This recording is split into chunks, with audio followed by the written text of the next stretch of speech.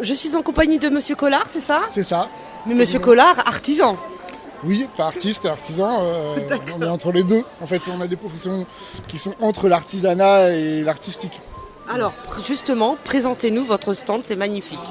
Nous faisons des vitraux. À la base, l'atelier fait et restaure des vitraux.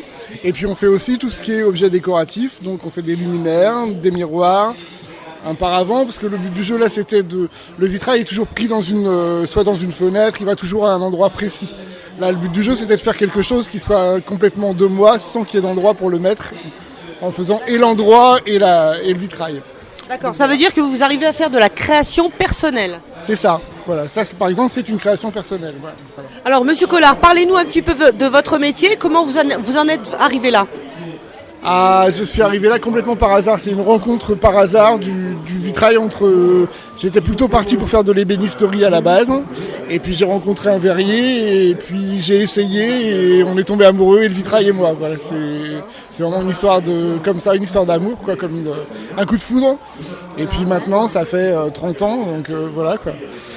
Alors souvent, quand on parle de vitrail, on pense aux églises, enfin aux cathédrales, mais on pense pas du tout aux luminaires ou un paravent, par exemple. Est-ce que voilà, c'est un métier qui a encore de l'avenir? C'est un beau métier? Absolument. D'ailleurs, vous aviez déjà eu ça dans les années 30-40 ou même autour de 1900 où on a fait des vitraux dans tous les immeubles parisiens. Par exemple, vous avez tous les immeubles parisiens qui ont été faits au moment d'Haussmann, fin du 19e siècle et tout ça, où il y a eu des vitraux de mis partout, des luminaires déjà à l'époque. Donc on peut s'adapter à toutes les circonstances, à toutes les architectures en fait. Même dans un truc très moderne, on peut mettre du vitrail, c'est possible.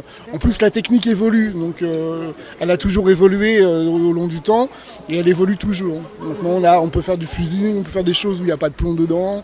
Pardon. Voilà, donc voilà. Alors aujourd'hui, vous êtes artisan installé, vous travaillez pour des particuliers, des entreprises, comment ça se passe? Particulier, église bien sûr, restauration et création. Cette année, c'est assez rare ça, on a 2 créations pour des églises, donc pour des petites églises, mais ça c'est voilà. Restauration beaucoup, nous on est à pas très loin de Paris, donc on restaure beaucoup sur Paris dans les immeubles parisiens, et puis les particuliers, et voilà. Alors nous on est dans l'Aisne, donc assez loin d'ici, dans un tout petit hameau à côté de Château-Thierry, à 15 km de Château-Thierry, dans le sud du département. On est dans un petit hameau où il y a 15 maisons, quoi, donc GPS. Vous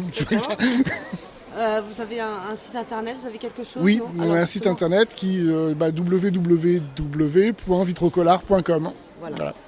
Et on peut vous trouver facilement. En tous les cas, merci et belle exposition. Merci beaucoup. Merci, Au revoir. Au revoir.